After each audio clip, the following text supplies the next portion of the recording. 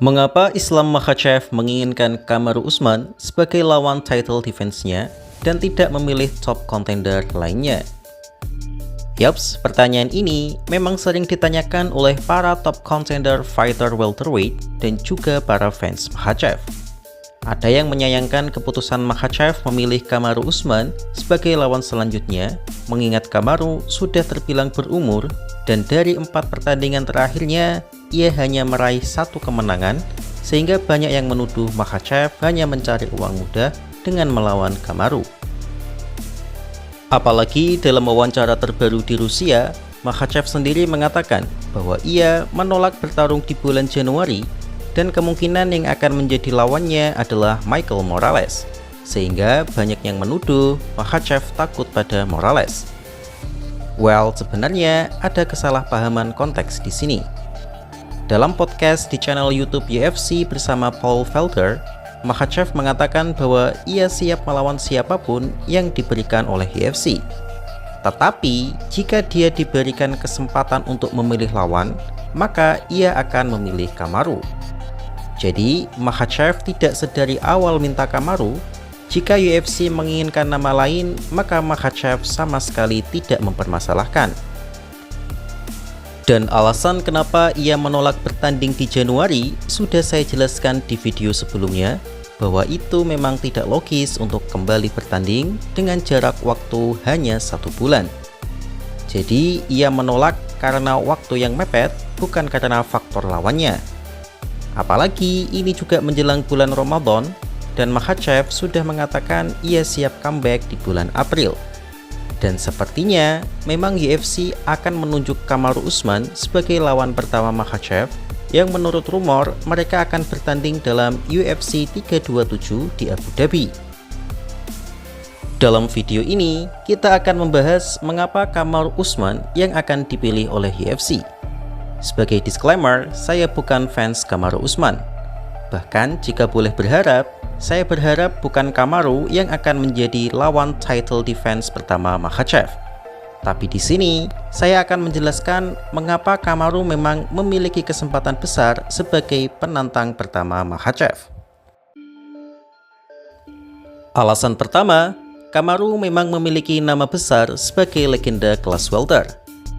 Yaps, meski sekarang memiliki rekor yang kurang bagus, tapi faktanya Kamaru adalah salah satu petarung terbaik yang pernah berkarir di UFC welterweight. Bahkan menurut sang bos UFC Dana White sendiri, Kamaru adalah welterweight GOAT yang bahkan melebihi George St. Pierre. Ya, walaupun itu juga dipengaruhi oleh sentimen Dana ke GSP sih. Kamaru juga pernah menduduki tahta sebagai Raja Pound for Pound sejak Khabib pensiun hingga ia kalah dari Leon Edwards. Tapi yang jelas, nama Kamaru masih sangat harum di kelas welter, dan mengalahkan Kamaru akan menjadi catatan resume yang luar biasa bagi fighter welterweight. Jadi sangat wajar bagi juara baru seperti Makhachev ingin menghadapi lawan yang sudah dianggap salah satu the GOATs di kelasnya untuk mendapatkan legitimasi bahwa ia lebih baik dari era sebelumnya. Dan dari sisi komersialisasi, nama Kamaru sudah pasti sangat menjual, karena ia memiliki fanbase yang cukup besar, sehingga bisa dipastikan bahwa laga Makhachev versus Kamaru akan menghasilkan banyak uang. Alasan kedua, secara skill set Kamaru juga bukanlah fighter yang gampang ditaklukkan oleh Makhachev. Ketika Makhachev ditanya kenapa lebih menginginkan nama Kamaru dibandingkan kontender lain seperti Carlos Prates dan Michael Morales yang menang spektakuler di event yang sama, Makhachev menjawab bahwa Kamaru masih bisa mengalahkan mereka berdua. Hal ini karena baik Prates maupun Morales bukanlah fighter all-rounder. Mereka striker hebat, tapi tidak memiliki level kemampuan ground game setinggi kemampuan ground game Kamaru.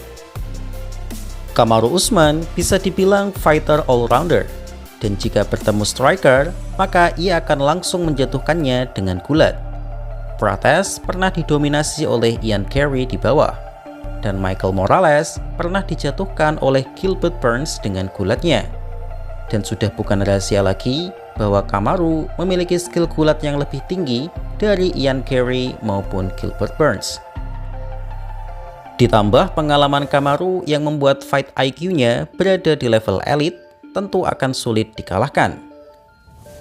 Dan jika dinilai dari skill set Makhachev, justru melawan Kamaru memang lebih sulit dari Prates maupun Morales.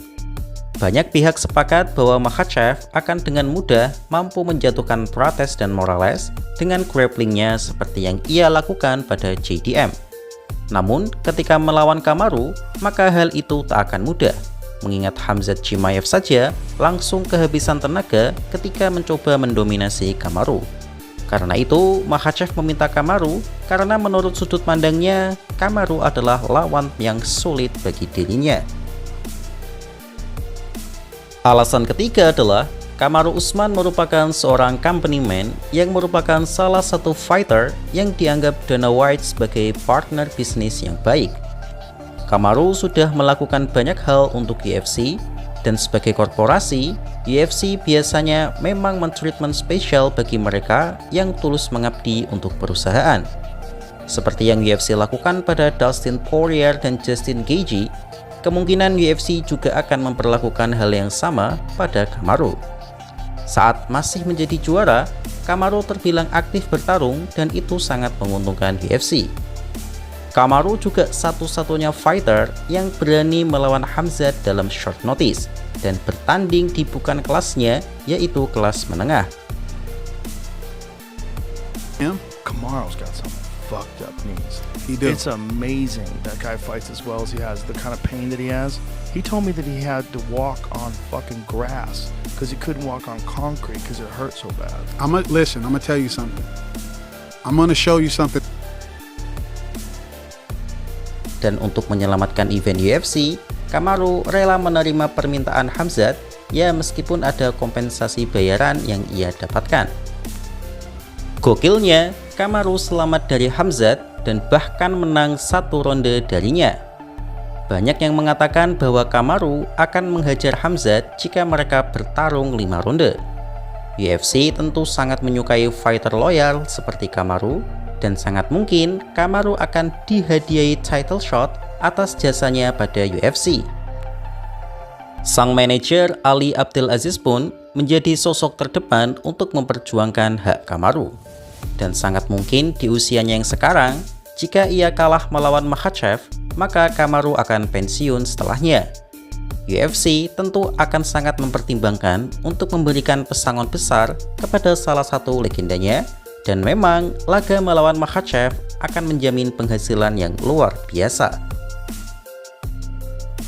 Itu tadi adalah alasan mengapa Kamaru akan menjadi penantang pertama Makhachev dalam mempertahankan sabuknya. Yap, sejujurnya saya berharap bukan Kamaru, tapi secara logis bagaimana industri bekerja, Kamaru memang layak mendapatkan itu. Dan laga melawan Makhachev tentu akan menghasilkan pertunjukan gulat yang tidak membosankan, bahkan untuk fans casual sekalipun. Lalu untuk perbandingan skill set mereka akan dibahas di video yang lain. Jadi bagaimana menurut kalian?